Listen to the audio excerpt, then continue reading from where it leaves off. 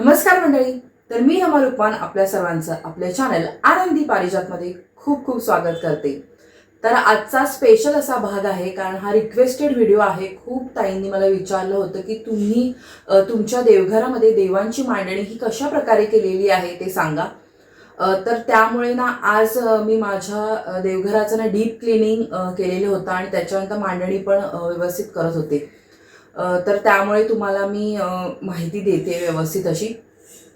तर म्हणजे मला स्वामींची मूर्ती ही मोठी हवी होती. त्यामुळे माझी जी पहिली पायरी आहे ना, ती तुम्ही बघू शकता की खूप मोठी आहे. आणि त्या हिशोबाने मग मी पहिली पायरी ही मोठी करून घेतली, स्वामींची माझी मूर्ती मावेल. आणि त्यानंतर 2 छोट्या अशा पायऱ्या. तर ह्या 3 पायऱ्या अशा आहेत. तर आत्ता ना मी तुम्हाला सगळं माझी पूजा वगैरे करताना सगळं दाखवते डिटेलमध्ये. आणि तेव्हा मी तुम्हाला सांगेन की माझ्या देव्हाऱ्यामध्ये मी कोणकोणते देव ठेवलेले आहेत आणि ते ठेवण्यामागे माझं म्हणजे काय विचार होता. आणि दुसरी गोष्ट म्हणजे कसं आहे माहिती आहे, शास्त्रानुसार तर आपल्याला देव्हारा कुठे ठेवायचा किंवा देव कसे ठेवायचे हे तर सांगितलेलं आहेच. पण आपली सोय सुद्धा आपल्याला काही वेळा बघावी लागते की घर लहान असेल तर काय करायचं, किंवा देव्हारा जर छोटा असेल, देव्हाऱ्यामध्ये जर जागा नसेल किंवा देवांच्या मूर्ती जरा मोठ्या असतील किंवा लहान असतील तर त्या कशा प्रकारे त्याची मांडणी करावी लागते.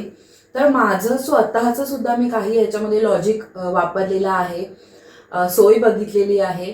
आणि शिवाय थोडंसं शास्त्राप्रमाणे सुद्धा ठेवण्याचा मी प्रयत्न केलेला आहे. तर चला आजच्या व्हिडिओला सुरुवात करूयात. तर आज ना मी संपूर्ण असं डीप क्लीन करून घेते माझा देवारा. त्याच्यामुळे सगळी ही स्वच्छता चालू आहे. तर ह्या ज्या बारीक जाळ्या आहेत ना, त्यांना पण खूप असं स्वच्छ करावं लागतं. तर पहिले मी धूळ झटकून घेतली. तर ही सगळी धूळ काढून घेतल्यानंतर मग मी ओल्या वाईप्सने पुसून घेतलं, कारण की मग सर्फ वगैरे घेण्यापेक्षा मला असं वाटलं की आपण वाईप्सने छान असं पुसून घेऊया. तर हे जे मी महाशिवरात्रीला जे वस्त्र अंथरलं होतं फरचं पांढऱ्या रंगाचं, तर तेच मी अंथरलं होतं परत स्वच्छ करून. फक्त मला डीप क्लीन करायचं होतं म्हणून मी ते एकदा करून घेतलं आणि मग पुन्हा जी मांडणी होती तीच पुन्हा ठेवून घेतली, कारण आता होळीला ना मी पुन्हा हे सगळं चेंज करणार आहे. त्यामुळे आज मी काही केलं नाही, फक्त जास्त डीप क्लीन व्यवस्थित असं करून घेतलं.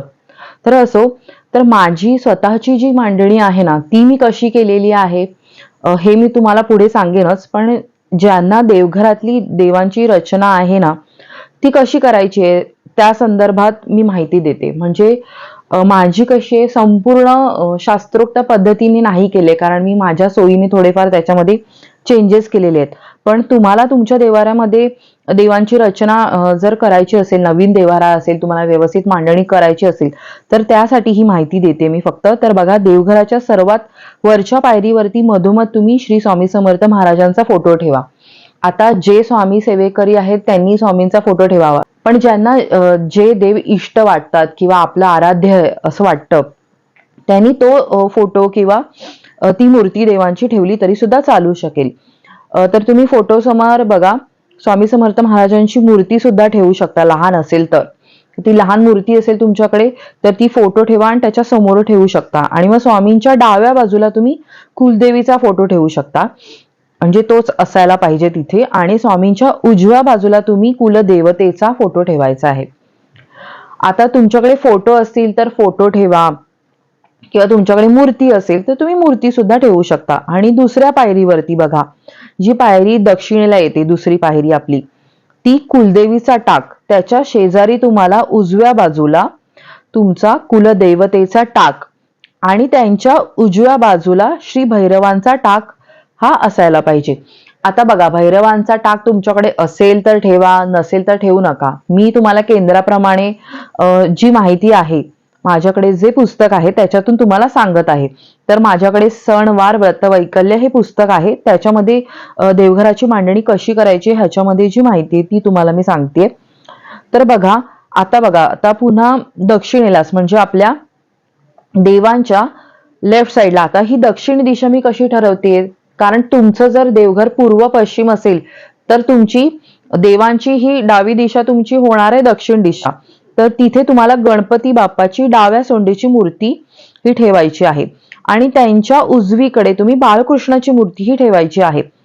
तर माझ्याकडे कसं आहे बघा, आता जेव्हा तुम्ही माझा देवारा बघाल ना, तेव्हा मी गणपती बाप्पाच्या उजव्या साईडलाच माझा बाळकृष्ण आहे, पण तो वरच्या पायरीवरती आहे, कारण तिथे तेवढी जागा नाहीये. पण तुम्हाला जर त्या पायरीवरती जागा असेल तर तुम्ही ठेवू शकता. आणि त्यांच्या उजवीकडे एका छोट्या वाटीत तुम्हाला तांदूळ भरून अन्नपूर्णा मातेची मूर्ती ही ठेवायची आहे. आणि दर पौर्णिमेला ना त्यातील तांदूळ तुम्ही बदलू शकता, किंवा तुम्हाला जर दर मंगळवारी शुक्रवारी जसं बदलायचं असेल तर बदलू शकता. मी तरी दर पौर्णिमेला बदलते. आणि त्यांच्या उजव्या बाजूला पुन्हा तुम्ही श्री महादेवांचे नंदी किंवा नाग ह्यांच्या शिवाय असलेली भरीव ही शिवलिंग ठेवायचं आहे. बघा, आपल्याला घरामध्ये जेव्हा महादेवांची पिंड ठेवायची असेल ती नंदी आणि ह्याच्या शिवाय ठेवायची आहे, नागाशिवाय.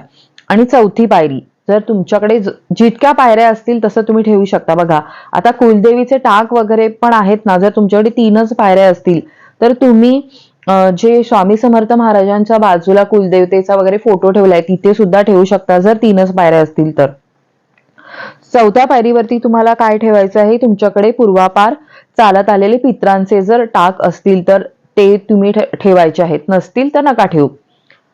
आणि मग 5व्या पायरीवरती तुम्हाला काय ठेवायचंय तर दक्षिणेकडे पिवळ्या अगर गुलाबी रंगाच्या आसनावरती तुम्हाला श्रीयंत्र ठेवायचे आहे. आता माझ्याकडे कोणतंही यंत्र नाहीये, मी कोणतंही श्रीयंत्र किंवा रुद्रयंत्र वगैरे नाही ठेवलेले, त्यामुळे माझ्या देवघरात नाहीये. कारण माझ्याकडून तेवढी सेवा केली जाईल की नाही हे मला माहित नव्हतं, किंवा तेवढा माझ्याकडे वेळच नसायचा, कारण मी आतापर्यंत जॉबच करत होती. त्यामुळे मी कोणतंही यंत्र हे माझ्या देवघरात नाहीये. पण तुमच्याकडे असेल तर नक्की ठेवा. शिवाय तुमच्याकडे इतर कोणतंही यंत्र असेल, रुद्रयंत्र असेल किंवा इतर कोणतंही यंत्र असेल तर ते सुद्धा तुम्ही इथे ठेवू शकता. तर आता मी तुम्हाला ना मांडणी कशी करायची हेच तर सांगितलंच, पण त्याशिवाय ना देवाऱ्यामध्ये आपण काय ठेवू नये या सुद्धा गोष्टी सांगते.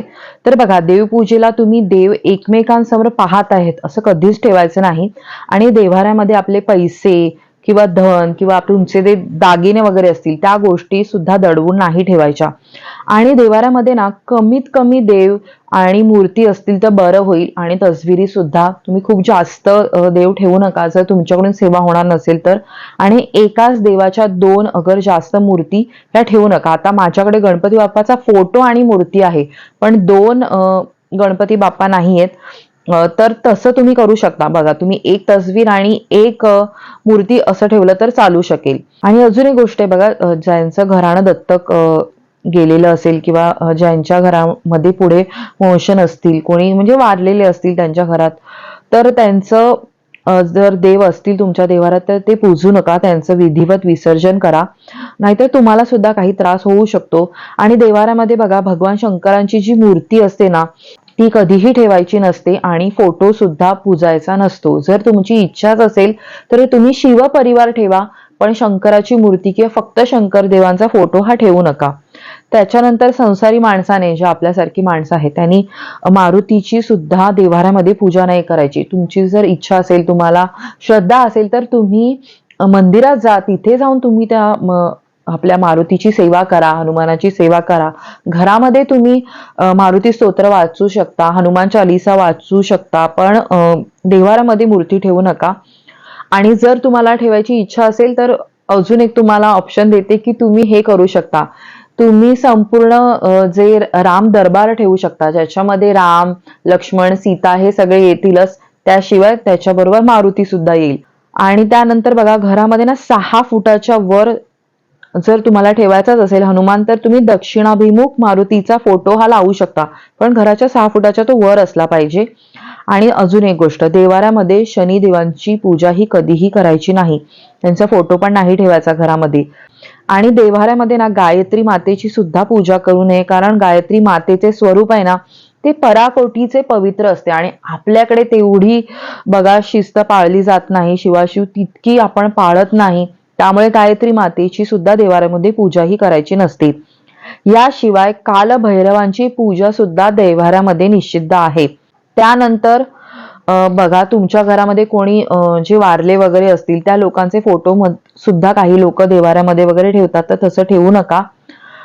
तुम्ही तुमच्याकडे टाक असतील पित्रांचे ते तुम्ही ठेवले तर चालू शकतं, पण तुम्ही त्यांचे फोटो वगैरे हे देवाऱ्याच्या आजूबाजूला किंवा तिथे ठेवू नका. जर तुम्हाला इच्छाच असेल ठेवायची तर तुम्ही घराच्या दक्षिण दिशेला त्यांचा फोटो हा ठेवू शकता. तर एवढ्याशा छोट्याशा गोष्टी तुमच्यासोबत ह्या मला ज्या माहिती होत्या त्या मी तुमच्यासोबत आज शेअर करते. त्याशिवाय बघा, तुम्हाला तेलाचा आणि तुपाचा असा दोन्हीही जर दिवे लावायचे असतील तर ते कोणत्या दिशेला लावायचे ते सुद्धा सांगते. जर तुम्ही तेलाचा दिवा लावत असाल ना, तर तो आपल्या डाव्या हाताला लावायचा आहे बघा, आपल्या डाव्या हाताला, देवांच्या नाही. आणि तुम्ही जर तुपाचा दिवा लावत असाल तर आपल्या उजव्या हाताला लावायचा आहे. तर धनलाभासाठी दिव्याची वात आहे ना ही उत्तर दिशेला असावी. आणि उत्तम आरोग्य हे जर तुम्हाला हवं असेल तर ती वात ही तुम्ही पूर्व दिशेला ठेवू शकता. तर ह्या दोन्हीही दिशा आहेत ना, ह्या अत्यंत शुभ मानल्या जातात. कोणत्या, पुन्हा एकदा सांगते, एकतर उत्तर दिशा किंवा पूर्व दिशा. तसेच दक्षिण दिशेला कधीही दिव्याची वात ही नसावी, कारण ही दिशा यमाची दिशा मानली जाते. त्यामुळे देव्हाऱ्यामध्ये देवांसमोर तुम्ही जी वात लावणार आहात ती त्या दिशेला ठेवू नका. हा, पण तुम्ही पितरांसाठी जर दिवा लावत असाल संध्याकाळी तर तो तुम्ही घराबाहेर लावू शकता, दक्षिण दिशेला तो करून तुम्ही लावू शकता. आणि देव्हाऱ्यामध्ये ना घंटा ठेवतानाही आपल्या डाव्या हाताला ठेवायची आणि शंख आहे तो आपल्या उजव्या बाजूला ठेवायचा. आता मी तुम्हाला माझ्या देव्हाऱ्यामध्ये मी कशी मांडणी केलेली आहे ते शेअर करते. तर हे बघू शकता, छान अशी सुंदर अशी माझी आजची पूजा करून झालेली आहे. स्वामी महाराजांना आज मी मोठा हार आणला होता. तर ही मूर्ती आहे ना, अगदी मोठी नाही, अगदी लहानही नाही. त्यामुळे जे काही आपण हार आणतो ना बाजारातून ते त्यांना बऱ्यापैकी मोठेच होतात. तरी पण मी एक एक फूल काढलं होतं, तरी पण बघा. तर असो, तर ही छान अशी आज पूजा करून झालेली आहे. इथे बघू शकता सर्व देवांना मी वेण्या वाहिलेल्या आहे, देवींना, गणपती बाप्पाला छान दिवे प्रज्वलित केलेत, धूप लावून घेतलेला आहे. आणि बॅकड्रॉप वगैरे मी चेंज केला नव्हता, जो महाशिवरात्रीला होता तोच ठेवला आहे. फक्त स्वामी महाराजांना इथे ना मी लाल रंगाचं वस्त्र हे पैठणीचं परिधान करून घेतलेलं आहे. तर माझ्या मांडणीबद्दल, आता माझी ही देवघरातली मांडणी आहे ना ही माझी स्वतःची आहे. पण ह्याच्यामध्ये जे काही थोडेफार नियम आहेत ते मी पाळण्याचा प्रयत्न केलेला. आता मी तुम्हाला सांगते माझ्या देवघरात मी काय काय केलेलं आहे. तर बघा, आता हे मध्यस्थानी म्हणजे जी पहिली पायरी आहे त्याच्यावरती मी स्वामी समर्थ महाराजांना ठेवलेलं आहे. तर असा प्रश्न येईल की एवढा मोठी मूर्ती आपण ठेवतो का, एवढी मोठी मूर्ती ही ठेवू शकतो का? तर हा तुमचा स्वतःचा बघा भाग आहे. त्याच्यामध्ये जर तुम्हाला ठेवायची असेल तर तुम्ही ठेवू शकता. जर शास्त्राप्रमाणे विचारायला गेलात तर 3 इंचापेक्षा जास्त मूर्ती ही ठेवायची नसते. तर ही 12 इंचाची मूर्ती आहे. पण मला एवढी मोठी स्वामींची मूर्ती माझ्या देवघरामध्ये हवी होती, कारण हे देवघर तुम्ही बघू शकता. ह्याच्यामध्ये अशा देवघरामध्ये तुम्ही काही छोटी मूर्ती ठेवल्या किंवा फोटो ठेवले तर ते तितकं सुंदर असं दिसून येत नाही. त्याचा जो प्रभाव आहे ना तो त्या मूर्तीमुळे खूप सुंदर वाटतो देवघरामध्ये. आणि मला स्वतःला स्वामी समर्थ महाराजांची इतकी मोठी मूर्ती ही हवीच होती, त्यामुळे मी ठेवलेली आहे. हा तुमचा प्रश्न आहे, तुम्हाला जर नसेल ठेवायची तर तुम्ही मध्यभागी स्वामी समर्थ महाराजांचा फोटो ठेवू शकता. त्यानंतर ह्या साईडला बघू शकता तुम्ही एक गणपती बाप्पांचा मी फोटो ठेवलेला आहे. आणि इथे बघू शकता स्वामी समर्थ महाराजांच्या उजव्या बाजूला मी ठेवलेली आहे विष्णू आणि लक्ष्मीचा हा फोटो आहे. तर हा फोटो आहे ना फक्त मी दिवाळीला आधी वापरायचे, जेव्हा माझं देवघर छोटं होतं. पण मग ते नुसतं ठेवून देण्यापेक्षा मी म्हटलं की इथे आपण ठेवून देऊ देव्हाऱ्यामध्ये, म्हणजे दोन्ही बाजूंना फोटो ठेवल्यासारखं होईल. हे एकच लॉजिक होतं. तर इथे तुम्ही बघू शकता स्वामी समर्थ महाराजांच्या डाव्या बाजूला इथे मी खंडोबाची मूर्ती ठेवलेली आहे, ज्योतिबाची मूर्ती आहे, तुळजाभवानीची मूर्ती आहे आणि तिथेच मग ही शिवपिंडीसुद्धा ठेवलेली आहे आणि त्रिशूळसुद्धा ठेवलेलं आहे. आणि मागे गणपती बाप्पा आहेत. तर हे सगळं एका ठिकाणीच ठेवण्याचं माझं हे लॉजिक होतं की एकाच ठिकाणी सगळं शिवपरिवार हे ठेवलं जाईल. जर तुम्हाला इथे काही ठेवायचं असेल तर इथे तुम्ही तुमच्या कुलदेवीचा फोटो हा ठेवू शकता. आणि इथे स्वामी समर्थ महाराजांच्या उजव्या बाजूला तुम्ही तुमचं जे कुलदैवत असेल त्याचा फोटो ठेवायचा आहे. म्हणजे डाव्या बाजूला तुम्हाला कुलदेवीचा फोटो ठेवायचा आहे आणि उजव्या बाजूला तुम्हाला ठेवायचं आहे कुलदैवत, तुमचं जे कुलदेव असेल त्याचा फोटो ठेवायचा आहे, म्हणजे पुरुष कुलदैवत. तर असं आहे. किंवा तुमच्याकडे टाक असतील तर ते सुद्धा तुम्ही ठेवू शकता. आता माझ्याकडे बाळकृष्ण ठेवायला खाली इथे बघा जागा नाही आहे, म्हणून इथे मी बाळकृष्णाला ठेवलेला आहे. तर इथे मी ह्या साईडला बघा, ह्या साईडला बाळकृष्ण ह्यासाठी ठेवलं आहे की मी इथे ऑलरेडी विष्णूंचा आणि लक्ष्मीचा असा फोटो ठेवलेला आहे, त्यामुळे इथे मी बाळकृष्ण आणि गाय असं ठेवलेलं आहे. आणि या स्वामी समर्थ महाराजांच्या इथे मी पादुका ठेवलेल्या आहेत आणि या मातीच्या पादुका आहेत, ज्या आधीपासूनच मी ह्या चांदीच्या पादुका घ्यायच्या आधी त्या मी घेतलेल्या होत्या, त्यामुळे त्यासुद्धा मी देवाऱ्यातच ठेवते. तर ही पहिली पायरी आहे. आणि मी इथे बघा भवानी देवीची मूर्ती का ठेवलेली आहे, तुळजाभवानी देवीची मूर्ती आणि खंडोबाची मूर्ती. ह्याचं कारण मी तुम्हाला सांगते. कारण माझे जे कुलदेवी आणि कुलदैवत आहे त्यांना आम्ही देवाऱ्यामध्ये ठेवू शकत नाही, कारण आमचं जे कुलदैवत आहे ते श्रीदेव वेताळ आहे. तर वेताळाचा फोटो आपण देवाऱ्यामध्ये नाही ठेवू शकत. आणि आमची जी कुलस्वामिनी आहे ती सातेरी देवी आहे, जी वारुळ स्वरूपामध्ये आहे, त्यामुळे तिचा फोटोसुद्धा मी नाही ठेवू शकत. म्हणून आपल्या महाराष्ट्राचं जे कुलदैवत आहे आणि कुलदेवी आहे खंडोबा आणि भवानी देवी, तर म्हणून त्यांना मी इथे देवाऱ्यामध्ये ठेवलेलं आहे, त्यांचं एक स्वरूप म्हणून. आणि ज्योतिबाची ही मूर्ती माझ्या मिस्टरांनी ते जेव्हा गेले होते ज्योतिबाला तेव्हा त्यांनी आणलेली होती, तर पहिल्यापासूनच ती मूर्ती आहे माझ्या देवाऱ्यामध्ये. आणि खंडोबाची मूर्ती मी हल्ली आणलेली आहे. तर जर आधी माझ्याकडे खंडोबाची मूर्ती आणली गेली असती तर कदाचित मी ज्योतिबाची मूर्ती ठेवली नसती देवाऱ्यामध्ये, पण ऑलरेडी आता ती आहे त्यामुळे मी ती काढणार नाही आहे. तर मग खंडोबा आणि भवानी असं सुद्धा तुम्ही फक्त ठेवू शकता. जर तुम्हाला पण माझ्यासारखं जर काही देवाऱ्यामध्ये तुम्ही ठेवू शकत नसाल तुमचे कुलदेवी किंवा कुलदैवत, तर असं सुद्धा तुम्ही सुद्धा करू शकता. तर त्यांचं एक प्रतीक आपल्या देवघरात असावं म्हणून मी इथे हे ठेवलेलं आहे. आणि समोरच महादेवांची पिंड ठेवलेली आहे, कारण त्याच्या आजूबाजूला काही ठेवायचं नसतं, म्हणून मग इथे काही नाही आहे त्याच्या पुढे ठेवायला, म्हणून मी ही समोर अशी ठेवून घेतलेली आहे. तर शिवपिंडी ही लहानच असावी बघा. आणि उत्तरेकडे तिचा जो खालचा उतरता निमुळता जो भाग आहे तो उत्तरेकडे येईल, अशा प्रकारे तुम्हाला ही मूर्ती शिवपिंडी ठेवायची आहे. आणि बघा देवघरात तुम्हाला बनवताना ना 3 पायऱ्या बनवायच्या आहेत. तर माझ्याकडे खालच्या पायरीवर इथे काहीच नाही आहे, त्याच्यामुळे ही जी पायरी होती ती बऱ्यापैकी मोठी होती, म्हणून मी मधोमध गणपती बाप्पांची मूर्ती ठेवलेली आहे. तुम्ही जर बघितलं तर तिथे तुम्ही साईडला ठेवतात बरेच जण, म्हणजे आपल्या उजव्या हाताला बरेच जण ठेवतात गणपती बाप्पाची मूर्ती. पण मला आहे ना, गणपती बाप्पा हे आपला आराध्य दैवत आहे. आपण प्रथम पूजनीय असं गणपती बाप्पांना मानतो, तर त्यामुळे मी गणपती बाप्पाची मूर्ती मला कुठेही असं साईडला वगैरे ठेवणं हे व्यवस्थित वाटत नव्हतं, म्हणून मी मधोमध ठेवलेली आहे. त्यामुळे गणपती बाप्पाच्या उजव्या हाताला, म्हणजे जो आशीर्वादाचा जो हात आहे त्याच्या बाजूला तुम्ही जर तुमच्याकडे महालक्ष्मीची जर मूर्ती असेल तर ती ठेवायची. आणि माझ्याकडे सरस्वती देवीची सुद्धा मूर्ती आहे, तर गणपती बाप्पाच्या डाव्या हाताला तुम्हाला सरस्वती देवीची मूर्ती ठेवायची आहे. जर तुमच्याकडे लक्ष्मी आणि सरस्वतीची मूर्ती असेल तर तुम्हाला मी हे सांगते, नसेल तर ठीक आहे, तुम्ही तुमच्याकडे इथे टाक वगैरे असतील तर ते तुम्ही दुसऱ्या रांगेमध्येही ठेवू शकता. आणि जर तुमच्याकडे गणपती बाप्पाची मूर्ती असेल, लक्ष्मी आणि सरस्वतीची मूर्ती नसेल, तर तिथे तुम्ही हे ठेवू शकता, बाळकृष्णाची मूर्तीही ठेवू शकता. पण मी वर ठेवलेली आहे ऑलरेडी, त्यामुळे मी इथे नाही ठेवली आहे.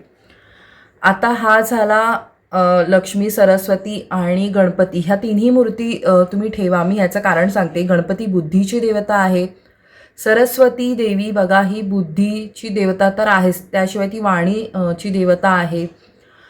आणि महालक्ष्मी देवी ही तर धनाची देवता आहे, त्यामुळे धन, बुद्धी आणि ज्ञान हे तिन्ही गोष्टी आपल्याला मिळाव्यात. म्हणजे सरस्वती देवी आपल्याला ज्ञान प्रदान करते, वाणी प्रदान करते, त्यामुळे तिन्ही देवता आपल्याकडे असाव्यात.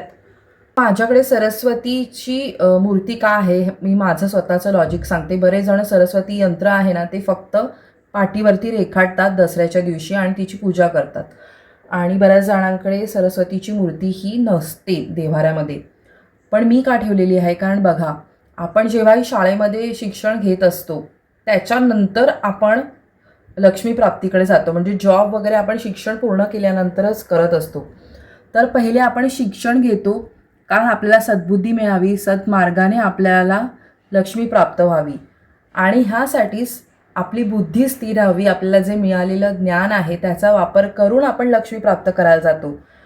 म्हणून सरळ मार्गाने येणारी ही लक्ष्मीसुद्धा स्थिर असते. म्हणून ज्ञानाची देवता, बुद्धीची देवता आणि ही आपली महालक्ष्मी ही धनाची देवता. तर सत्मार्गाने, सरळ मार्गाने आपल्याकडे लक्ष्मी यावी हे एक माझं लॉजिक आहे. कारण ज्ञानाशिवाय आपण लक्ष्मी प्राप्तीही करू शकत नाही आणि व्यभिचाराने किंवा वेगळ्या मार्गाने मिळवलेली लक्ष्मी ही स्थिर राहत नाही. तर असो, हे माझं लॉजिक आहे. आणि त्याच्यानंतर मी इथे अन्नपूर्णा देवीची मूर्ती ठेवलेली आहे. तर गणपती बाप्पांच्या तुम्ही बघा डाव्या साईडला हे अन्नपूर्णेची मूर्तीही ठेवू शकता. तांदळामध्ये ठेवायची आहे ती आपल्याला. आणि माझ्याकडे ही जी मोठी मूर्ती आहे स्वामी समर्थ महाराजांची, हिला आपण अभिषेक करू शकत नाही पंचामृताने, त्यामुळे इथे मी छोटीही चांदीची स्वामी समर्थ महाराजांची मूर्ती घेतलेली आहे. आणि ही मी खाली हल्ली ठेवलेली आहे. तुम्हाला माहिती आहे, जे माझे रेग्युलर जे माझे व्हिडिओ बघतात त्यांना माहिती आहे. तर बघा, ही जी दुर्गा मातेची मूर्ती आहे ती मी हल्लीच घेतलेली आहे. तर शाकंभरी नवरात्रीच्या पहिल्या दिवशी मी ह्या मूर्तीची स्थापना केली होती. आणि शाकंभरी पौर्णिमेला वगैरे पण तुम्ही माझे व्हिडिओ बघितले असतील. मी खूप सुंदर अशी पूजा मांडणी केली होती. तर तेव्हा हिची स्थापना केलेली आहे. हल्लीच मी ही मूर्ती ठेवलेली आहे. तर मी खाली ठेवलेली आहे कारण दोनच मी बघा, मागचा जो माझा पहिली जी पायरी आहे मी मोठी ह्यासाठीच केली होती कारण मला स्वामी समर्थ महाराजांची ही मूर्ती ठेवायची होती. त्यामुळे ती मोठी असल्यामुळे माझे बरेचसे देव आहेत ना तिथेच पहिल्या पायरीवरच ठेवले गेलेले आहेत. आणि म्हणून दुसऱ्या पायरीवरती हे 5 देव आहेत. आणि खाली मी ही म्हणून दुर्गा मातेची मूर्ती ही बऱ्यापैकी मोठी आहे, ती इथे ठेवू शकत नव्हती, जागा नव्हती, म्हणून मी तिथे ठेवलेली आहे. पण तुम्हाला हवं असेल तरच तुम्ही ठेवा. मी ठेवले म्हणून ठेवू नका. ही माझी इच्छा होती, माझी या देवीवरती श्रद्धा आहे. तुम्ही बघू शकता नवरात्रीत पण मी स्वामी समर्थ महाराजांची पूजा करायची. देवी स्वरूप त्यांना मी सजवत होते. 2 वर्ष तुम्ही बघितलं असेल, त्या रंगाचे मी त्यांना वस्त्र परिधान करायचे. देवी स्वरूपात त्यांची पूजा करत होते नवरात्रीमध्ये. तर आता माझ्याकडे दुर्गादेवीची मूर्ती आहे. तर ह्या वर्षीपासून मग मला म्हणजे देवीचीच पूजा करता येईल. तर असो, तर हे अशा प्रकारे ही माझी मांडणी, माझं लॉजिक आहे. केंद्राप्रमाणे कसं करायचं आहे ते सुद्धा मी तुम्हाला सांगितलेलंच आहे. तर बघा, हे असं माझं देवघर आहे आणि मी अनेक वेळा माझी पूजा दाखवते, त्यामुळे तुम्हाला माझी मांडणी पण माहीतच असेल. पण आज पहिल्यांदाच तुम्हाला मी माझं लॉजिक सांगितलं की मी हे देव असे का ठेवलेले आहेत. कारण बऱ्याच वेळा फक्त शास्त्र नाही, आपण आपल्या देवाऱ्यामध्ये तेवढी जागा आहे का, किंवा ते सुटसुटीत कसं दिसेल हे सुद्धा आपल्याला बऱ्याच वेळा बघावं लागतं. तर त्या हिशोबाने मी अशा मूर्त्या ह्या ठेवलेल्या आहेत. आणि हे पण तुम्ही बघू शकता, एवढा देवारा पण मला कमी पडला, त्यामुळे मला राधाकृष्णाची मूर्ती इथे ठेवावी लागली. आणि त्यामुळे हे सगळं मी इथे ठेवलेलं आहे. तर अशा प्रकारे तुमचा हा रिक्वेस्टेड व्हिडिओ होता आणि त्याच्यामध्ये मी बऱ्याचशा प्रश्नांची उत्तरं ही देण्याचा प्रयत्न केलेला आहे की मी देवाऱ्यामध्ये कशी मांडणी केलेली आहे, किंवा तुम्हाला जर करायची असेल तर त्यासाठी सुद्धा थोडीशी मी तुम्हाला माहिती ही मला जी होती ती देण्याचा प्रयत्न केलेला आहे. बाकी तुम्ही तुमच्या सोयीनुसार तुमच्या देवाऱ्यामध्ये ही मांडणी करू शकता. आणि तुम्ही ना मला नंतर विचाराल म्हणून सांगते. आज मी बँगल्स घातल्यात बघा, मोत्याच्या घातल्यात. आणि मोत्याचंच ही बघू शकता पेंडंट आहे, मस्त असं मंगळसूत्र आहे, ही कुडी आहेत बघा मोत्याची. तर हा जो सेट आहे ना मी राधनी क्रिएशनमधून घेतला होता. तर घे भरारीचं जे एक्झिबिशन होतं ठाण्यामध्ये तेव्हा मी ह्या राधनी क्रिएशनमधून हे मागवलेलं होतं. पण ह्या बँगल्स इथल्या नाही आहेत, हे त्या सेटमध्ये नव्हतं, हे मी बऱ्याच वर्षांपूर्वी एका लोकल शॉपमधून घेतलेलं, त्यामुळे त्याचं काय आता माझ्याकडे नंबर वगैरे नाही आहे. पण हां, ह्याचा मी लिंकमध्ये तुम्हाला खाली डिस्क्रिप्शन बॉक्समध्ये देईन आणि नंबर पण तुम्हाला इथे दिसेल स्क्रीनवरती. तर त्या ताईकडून मी हे घेतलेलं होतं. ह्याच्यामध्ये जर तुम्हाला डायमंड नको असतील तर तसं पण तुम्ही प्लेन पण घेऊ शकता. तर तुम्ही नंतर विचाराल म्हणून मी आधीच सांगितलं. तर आजचा हा व्हिडिओ आय होप की तुम्हाला आवडला असेल. तुम्हाला इतर पण काही प्रश्न असतील तर ते सुद्धा तुम्ही मला लिहू शकता. इतर कोणत्या विषयांवरती जर तुम्हाला व्हिडिओ हवे असतील तर ते सुद्धा तुम्ही मला रिक्वेस्ट करा, ते सुद्धा मी तुम्हाला शेअर करण्याचा प्रयत्न करीन. तर हा होता आजचा छोटासा असा ब्लॉग. तर आजचा हा व्हिडिओ तुम्हाला कसा वाटला हे कमेंट्समध्ये मला नक्की कळवा. आवडला असेल तर लाईक करा, शेअर करा आणि आमचं चॅनल हाईप सुद्धा करा. कारण की काय होतं, जो व्हिडिओ तुम्हाला आवडतो त्याच्या खाली जर त्या व्हिडिओला खाली तुम्ही हाईप केलं ना, तर तो व्हिडिओ जास्तीत जास्त लोकांपर्यंत पोहोचण्यासाठी मदत होते. त्यामुळे आणि तुम्ही जर नवीन असाल आमच्या चॅनलवरती तर सबस्क्राईब सुद्धा करा, कारण की बरेचसे लोक व्हिडिओ बघतात पण चॅनल सबस्क्राईब नाही करत. तर सबस्क्राईब करा, जेणेकरून तुम्हाला नवीन नवीन व्हिडिओची ही माहिती मिळेल. तर असो, तर मंडळी, आजचा हा भाग तुम्हाला कसा वाटला हे कमेंट्समध्ये मला नक्की कळवा. आवडला असेल तर लाईक करा, शेअर करा आणि हा व्हिडिओ हाईप सुद्धा करा, जेणेकरून तो जास्तीत जास्त लोकांपर्यंत पोहोचेल. तर पुढल्या भागात भेटूया एका नवीन विषयासह. तोपर्यंत लोभ असावा. धन्यवाद. श्री स्वामी समर्थ.